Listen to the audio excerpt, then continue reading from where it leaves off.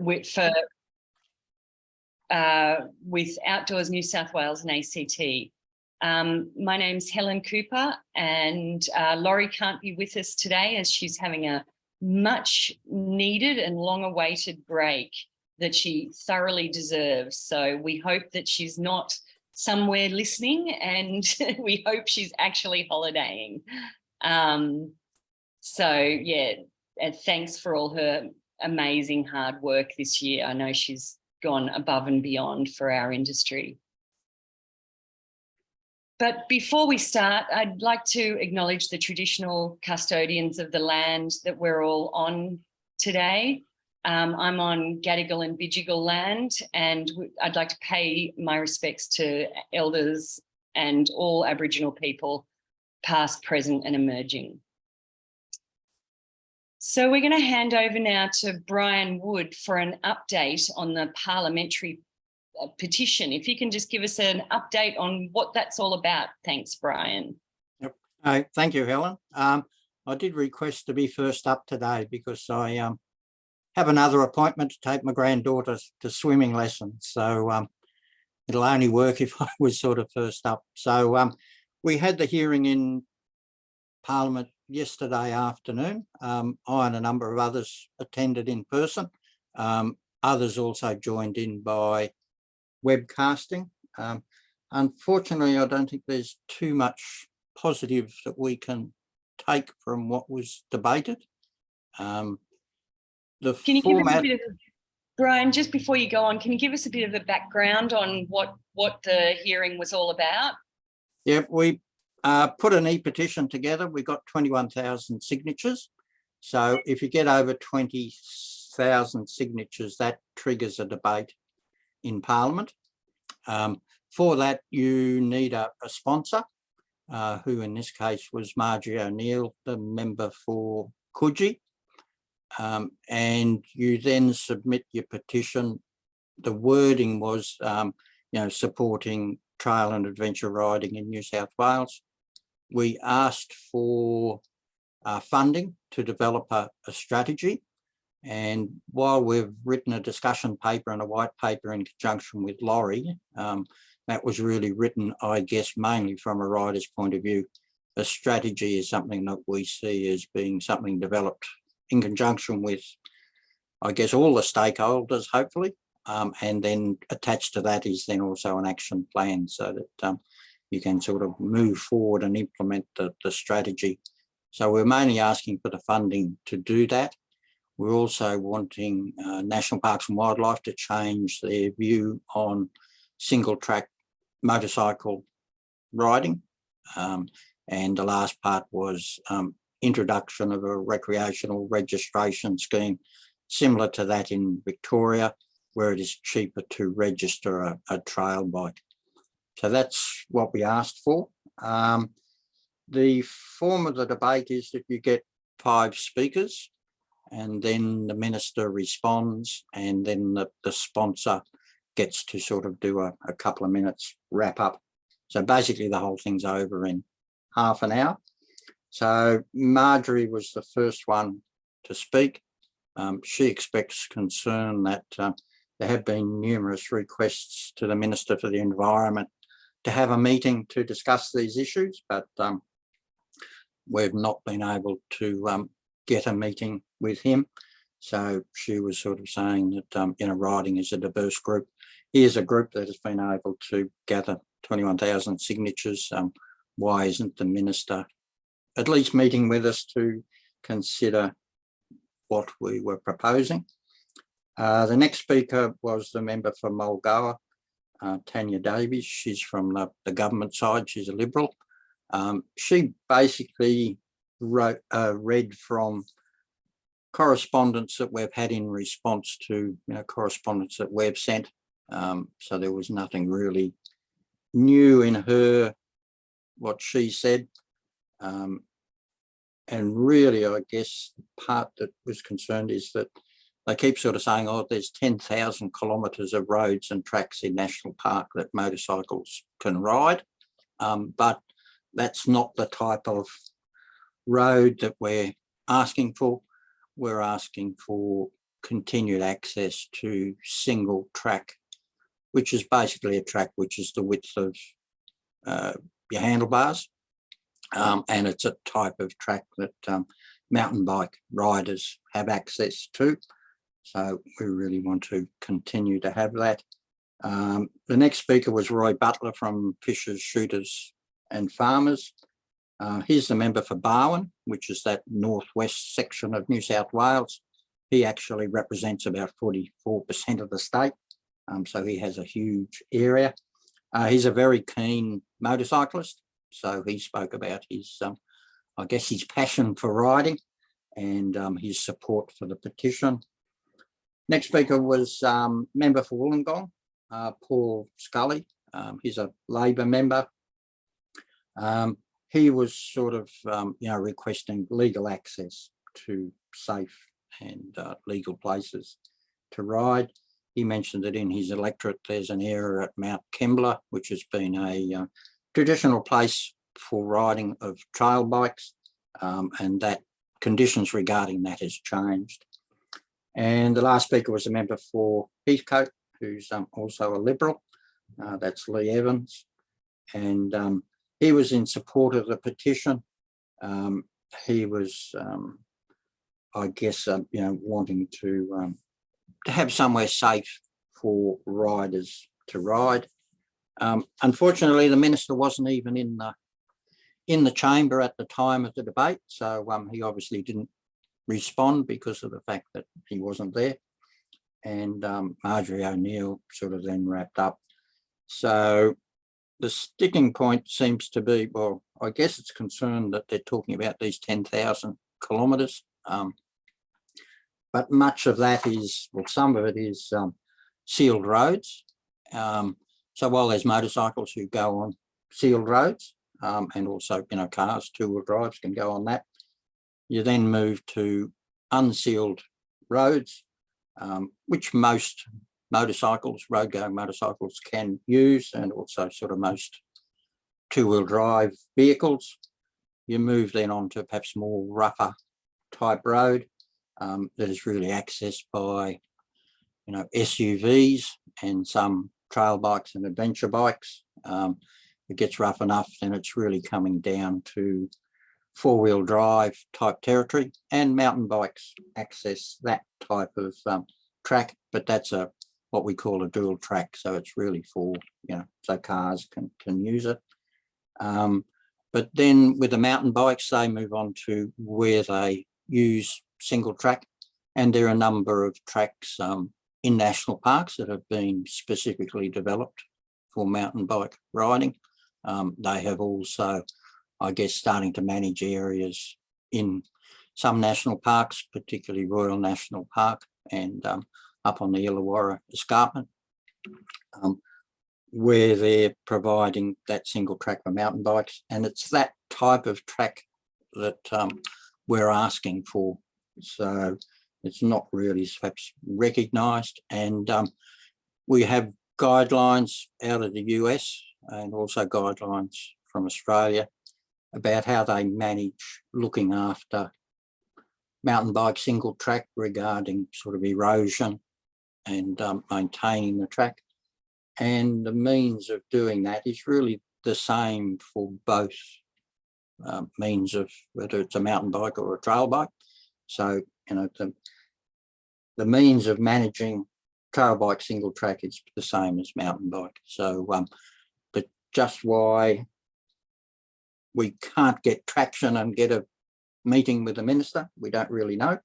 I really feel that perhaps their arguments for excluding us are not that strong. So if we can sort of argue, well, you can manage mountain bike tracks, you can manage trail bikes in the same manner. This stage, not really sure what our next step will be, but we need to perhaps overcome that the fact that we can't even get a meeting to discuss what we want. So, so we didn't get too much positive from yesterday, but it's just something that we need to continue to work on. Okay. Thanks for that update, Brian. Has anyone got any questions for Brian?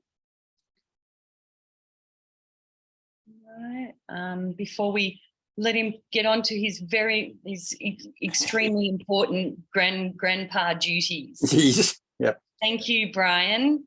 Okay, thanks for that. Great to hear from you. Okay, good. Thanks. Bye. Thank you. See you. And we're just going to go now through some of the industry updates, and then we'll be hearing from Kirsty Parks from the ABS shortly regarding a whole range of things. So just a few things coming up. There's the tourism development in protected areas. It's a forum on the Saturday, the 19th of November from 9:30 till 4:30.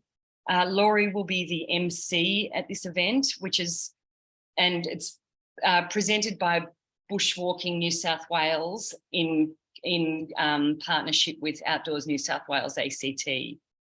And it's really important that discussions like this are had so that we ensure that there's a balanced approach to access and preservation. And there'll be a panel of different people there as part of the discussion. So anybody is welcome, and you can register for that through Eventbrite.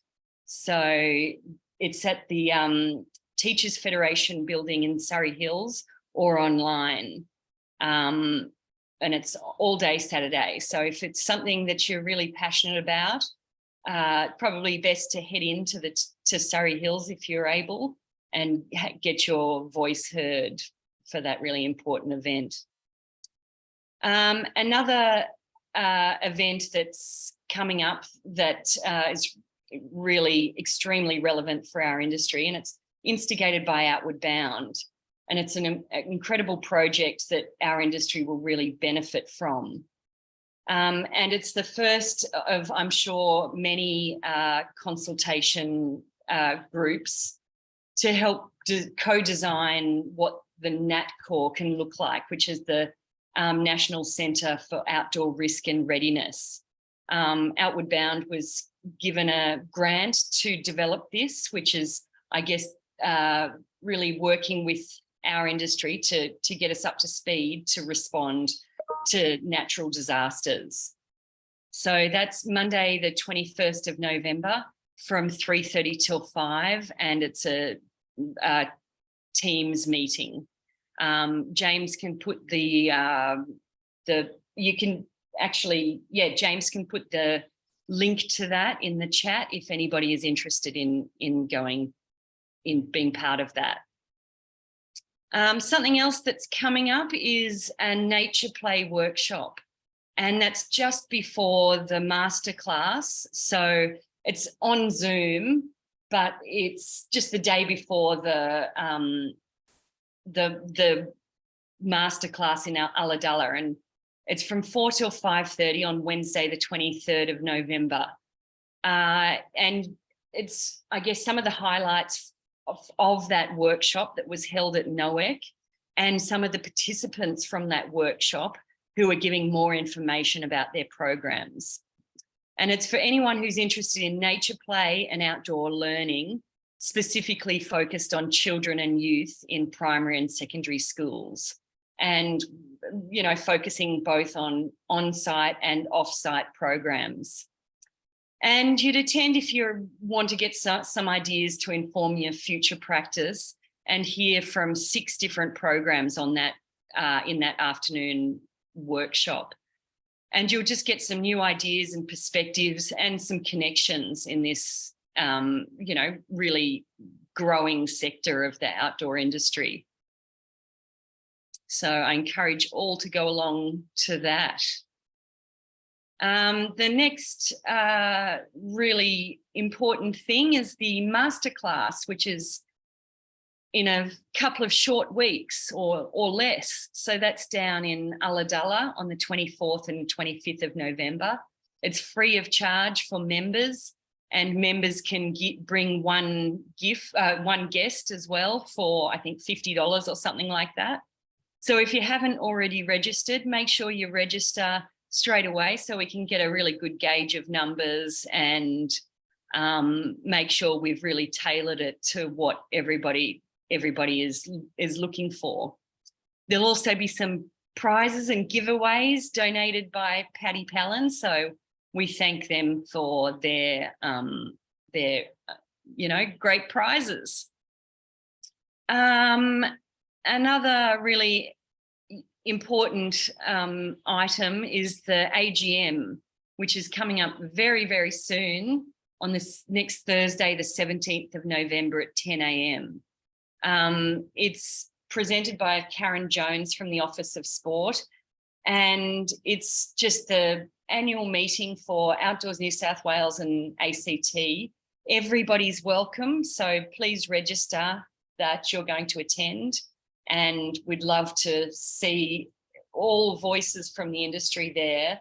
And I guess it'll really explain what some of those different logos that you see on the screen are all about, and where we're heading as an industry peak body. So please come along next Thursday, the 17th of November at 10 a.m. Another really urgent item, we've been made aware of a product recall on DMM compact swivel units. If you have any DMM mini swivels, Nexus swivels, Focus swivels, or Director swivel carabiners, please immediately stop using them. And yeah, there was an incident involving the failure of a direct connector, but the user was luckily unhurt. And it's been identified that there's a product fault that, in certain circumstances, may allow the swivel assembly to unscrew and subsequently part. So please stop using any of those devices immediately, and there's a call for a product recall on them. So the next item is an expression of interest for nature-based and cultural experiences in the Warramie Conservation Lands.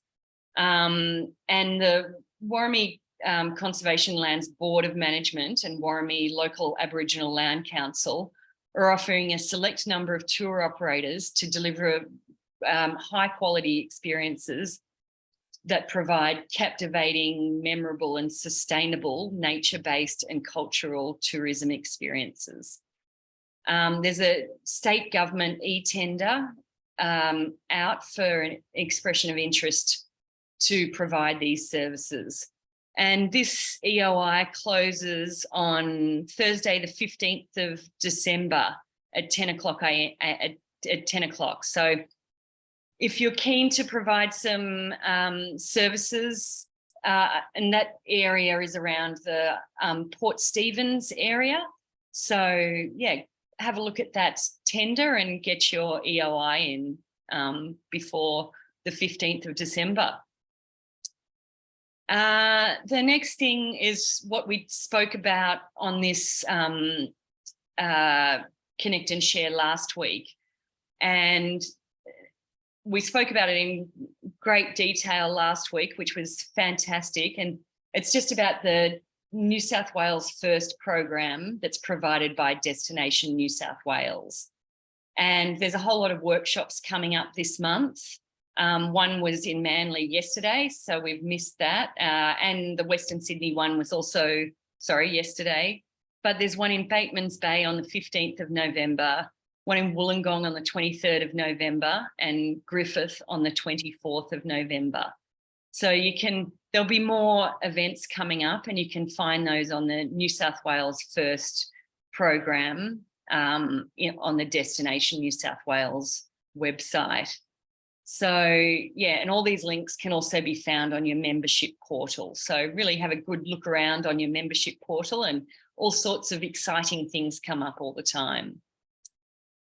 But we're now going to hand over to Kirsty Parks, who's the Assistant Director of the ANZSCO Review Program with the ABS, Australian Bureau of Statistics, to give us an update on the Australian and New South Wales and New Zealand classification of occupations. So over to you, Kirsty. Thank you. Thanks, Helen. And I think Helen's going to kindly drive by slides as we go along. Yeah, so thanks for inviting me along this morning. I've had a few conversations with Laurie over the last few months as we've been undertaking some of the what we've been called targeted updates to the classification.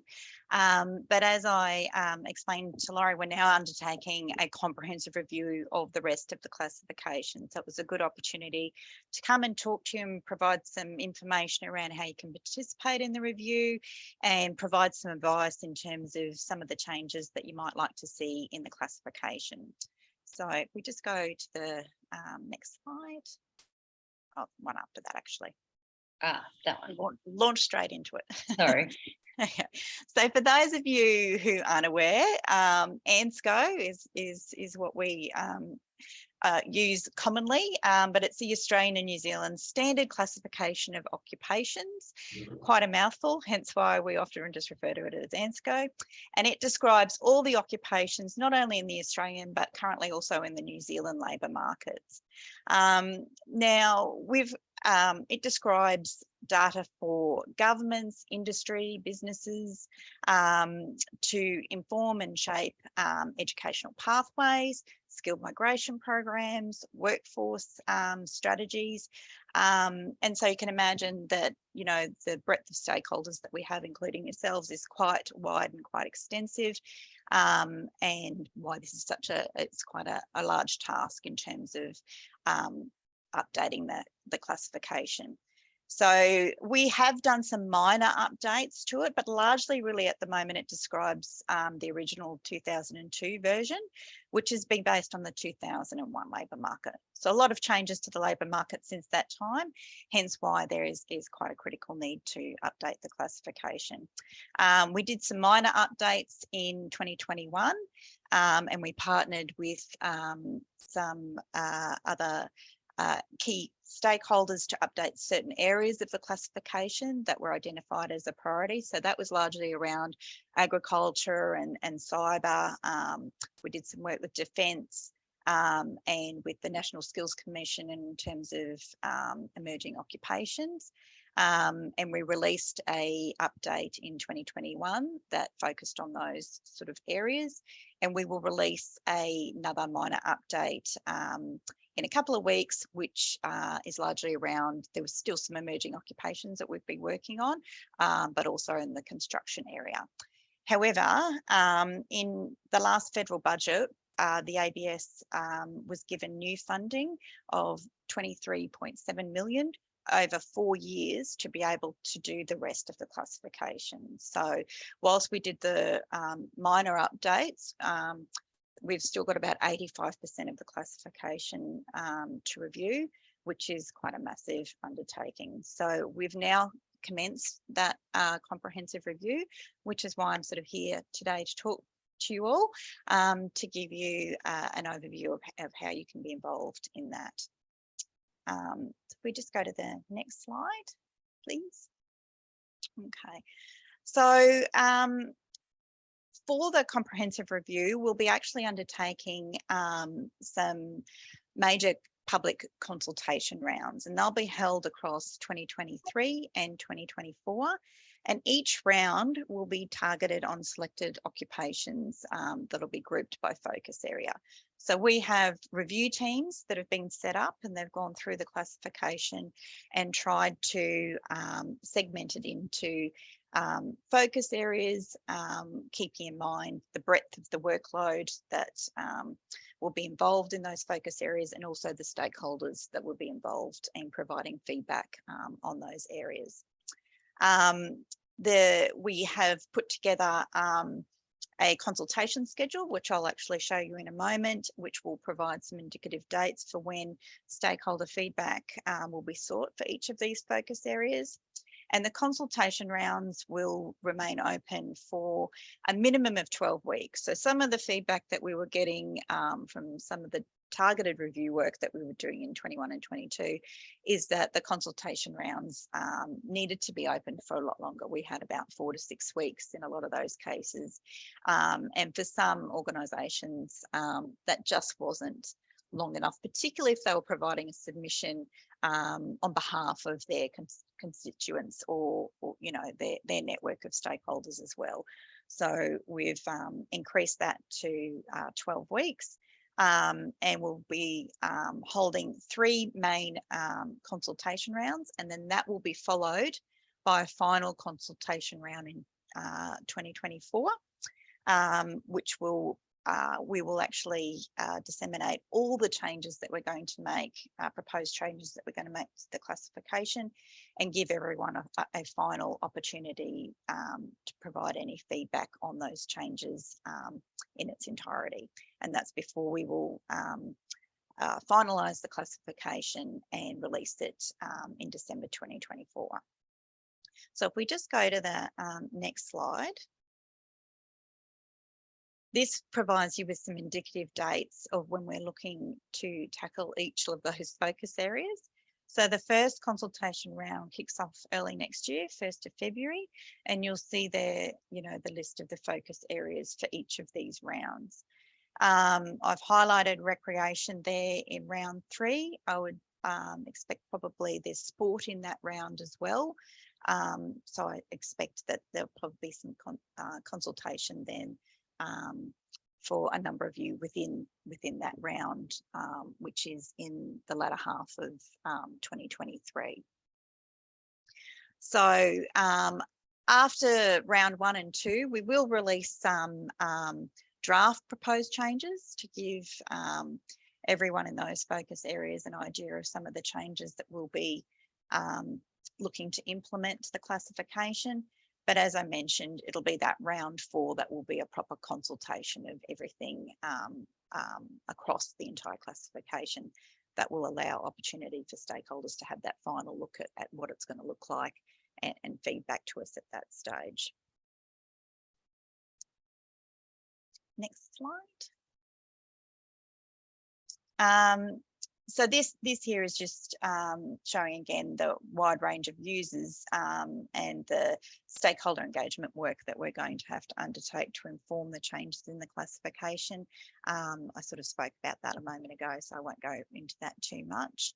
But I suppose the sort of things that we need to consider when we're updating the classification is how it aligns to policy and program across the country. What are the impacts if the changes aren't made? What stakeholders are going to be impacted, and how strong the demand is. So some of the things too that the review teams will look at is whether we've received submissions before from stakeholders or feedback. And Laurie, I'm sure that you might be aware, has already provided a submission earlier this year. And in that, there was highlighted the need to include outdoor recreation leaders and outdoor education leaders, because I believe at the moment there's only outdoor adventure guides. So it's that sort of information that we're interested in. We're interested in knowing, you know, the impact of if those changes aren't made, the flow-on effects, you know, is there dependencies or links to other programs that are affected if these changes aren't made. And that will be one of the first things that the review teams do when they're coming up to each of these rounds, is to look at, well, what feedback have we previously been provided? What submissions have we received from stakeholders already? And they're doing that already for the first round. They've commenced that work, and they'll actually be going out to some of those key stakeholders right off the bat before we even hit consultation, to have some initial discussions around what are some of the pain points, and what, you know, who are some of the other key stakeholders that we should make sure we're talking to understand the implications of you know, some of these changes that we might make. Next slide. So as of this week, we have actually created a space on the ABS website, and it's called Updating ANZSCO. So it's an area that you can now go to and get the latest updates on the review work. It'll provide you links to the ABS consultation hub when we've got the consultations when they go live. It'll provide you with a whole host of background information for some of you who might want more information around the classification. You might want to find the latest release, the methods, the concepts, the definitions, provide links to all of that information. And there's also an area there where we're now going to start storing all our media releases and other resources and content that stakeholders have been asking us already to be able to share through their own channels and to get their own sort of networks and connections involved. So we'll be progressively storing more information that you'll be able to download and use for your own purposes as well. The other thing that this area will be used for is if we've got information papers that are coming out on particular topics. On the 22nd of November, there'll be a paper coming out that talks all about skills and how skills are defined in the classification and some changes that we're exploring in terms of how that should be used and shown in the classification.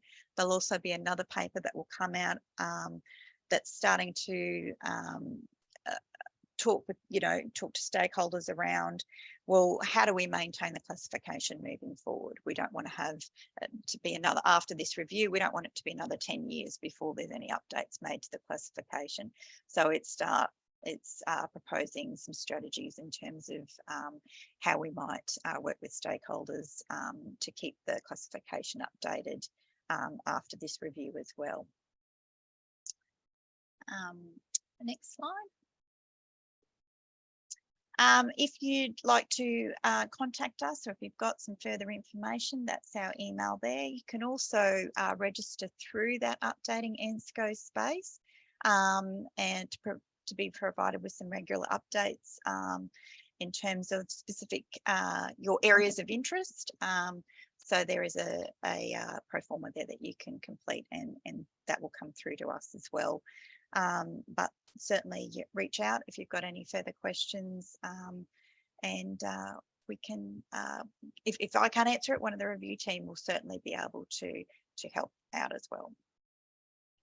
Okay, thanks for that great update, Kirsty. It sounds like it's really will, put us in touch, make our voice heard more in the statistics and be a more recognised industry. So that's fantastic. Thank you for that. Does anybody have any questions for Kirsty? Bridie, yes, please. Hi, Kirsty. Thanks for that. It's good to know that it's actually going to be reviewed. The existing classification around outdoor guides, etc., is, I'm going to call it variably granular. We've got things like, an outdoor leader guide. Okay, I think an outdoor leader, which includes like hang gliding and abseiling, but then bushwalking is split out into a totally separate area and etc. Is it better to have more granularity or less? Yeah, so this is the sort of things that the review teams will be looking at, and it does come down to, as I said before, how the classification is used by stakeholders. That's why we're consulting, is to try and get information from industries in terms of, have we got the definition correct? Have we got the skill levels correct? What level, as you said, of granularity do we need in this area to make sure, have the occupations changed over time? Are they not called that anymore? All those sort of things is what the review teams will be looking at. And that's why we want the, submissions from stakeholders to understand that area of the industry better. I'm not a expert on the classification side of things, so that's what the review teams will be talking more, you know, one-on-one with stakeholders to discuss and understand what's happening in the workplace. Can I add a follow-up, Helen? Of course, please. It's awesome that you're consulting with industry, etc. But in terms of consulting with government, I know that the places I've used this before has been talking to Fair Work, has been talking to iCare and WorkSafe type of things. Are they being involved in these reviews? Is it something that they're being actively sought? Yeah, it's across business, industry, government, both at state and Commonwealth levels.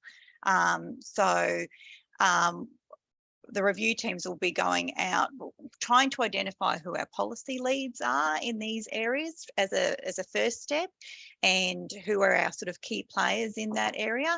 They'll be having some initial discussions with whoever is identified in that space. And some of the questions I'll be asking straight off the bat will be, what are our sort of pain points in this space, but also who else needs to be involved in these discussions to make sure that we're understanding the implications of some of the changes that we're considering. Thank you. Are there any other questions? No. All right. Thanks, Kirsty. You're welcome to stick around, or, you know, we can say farewell now, but thank you for your time and for, giving us that great update. And we look forward to hearing more, and particularly being, you know, involved in the consultation down the track. So thanks very much. Thanks, Helen. I'll send through to Laurie a stakeholder information kit that we've been putting together. So that'll provide, you know, a lot of frequently asked questions and a bit more context to what I've gone through this morning. Sounds excellent. Thanks for having me. We'll put that up on our members portal as well. So yeah, that's great. Thank you. Thanks, Helen. Thanks, everyone. Okay. See ya. All right. Well, that brings us to the end of today's Connect and Share. If anybody's got anything else they'd like to discuss or, you know, reflect on of the last little while, please, just unmute yourself and have a say your bit. No, we're all, yes, Bridie, please. Sorry, I was just, you know, in terms of the people listening and anyone who's listening later, I was wondering whether people knew about the state of the TAFE delivering outdoor leadership was, given that they've recently announced that they're, you know, doing a total review as to whether they're going to continue to deliver outdoor leadership as a qualification, and especially the Cert 4, which, going back to this ANZSCO stuff, I mean, they don't differentiate between an assistant guide and, you know, a guide that you can stick out in the field by themselves. But certainly the Cert 4s are super important to us, and it's, you know, everyone's having trouble getting work, or workers, sorry. No, I totally understand. And I've seen that bit of information that you're referring to. I'm not sure that Laurie has seen that yet. And I know that when she does find out about that, she'll definitely be looking into it and advocating for us to try and keep that qualification in the TAFE system. That certainly would be a tragedy to remove that. They would certainly, you know, it'd certainly be good to have an industry response, but also then have, like, facilitate the ability for individuals to make a response. So whether we have a draft form letter that people can add, and then add their own little bits to say, and then send it off, and, you know, a recommendation of who to send this sort of stuff to. So we best target to say, this really needs to, you know, to be, you know, there are certain areas of this that are not particularly, I guess, you know, big from an industry perspective, and the government, the TAFE system, has a duty to deliver those kind of things that are critical, but possibly don't have enough volume for too many other RTOs to actually do it. Yes. Yeah. Absolutely. And we will put together, some sort of template that people and some instructions around how to submit feedback around that. Absolutely. That's a great, great idea. And we'll definitely jump on that. And we will keep discussing this because, it would be absolutely no good at all if that qualification is removed from the TAFE system. It's just ridiculous in my perspective. All right. Well, if there's nothing else, we might give everybody an early mark. Thanks to all who've shown up today and for those who are listening later. We're on every Friday at 10 a.m. We've got the next 2 weeks, and then our last Connect and Share is, I believe, Friday the 9th of December. And I think we're going to have a disco in that Connect and Share. So, we'll keep you posted on what that's all about. But thanks, everyone. I just see Dylan's just shown up. Dylan, this will be on the recording, which will be, we've just had the ABS, Kirsty from the ABS give us an update on the ANZSCO review, and Bridie's just been talking about the TAFE not, discontinuing the Cert 4. So if you've got any other information on that, Dylan, please, unmute yourself and let us know where we're at. We're just talking about putting together a submission, a template so that members and people in the industry can submit their feedback around the TAFE qualifications. So sure. The only thing that I've got to add is what I give me 1 second while I refresh my memory of the thing that I wrote this morning. But in short, whilst TAFE has agreed to resume training, or they deny that they ever weren't going to run it, but anyway, glad this is being recorded. They've guaranteed that courses will run in 2023 across New South Wales. At the moment, roping will not proceed until they've completed a review of the tragic incident a couple of weeks ago, which is understandable. The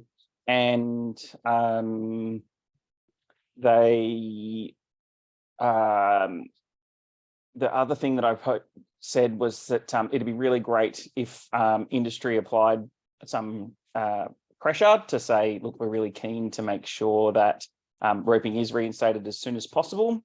And also that TAFE establishes a consultative body with industry so that they can't just blindside these sorts of things in future. It's the kind of thing that should exist, and they should be engaging with us regularly. It's part of their remit as TAFE New South Wales, but also as an RTO to engage with industry. And it'd be great if they actually did that. Okay, thanks for that update. That's great that it's going to still go ahead next year, but we'll definitely be lobbying to make sure it goes ahead the following year as well. And that's some great great advice around getting it, keeping it on track. So thanks, everyone. Lovely to see you all. And I look forward to seeing you all next week when Laurie will be back in the chair, and we'll be having a whole new range of information for you then. Thanks. Have a great day. See ya.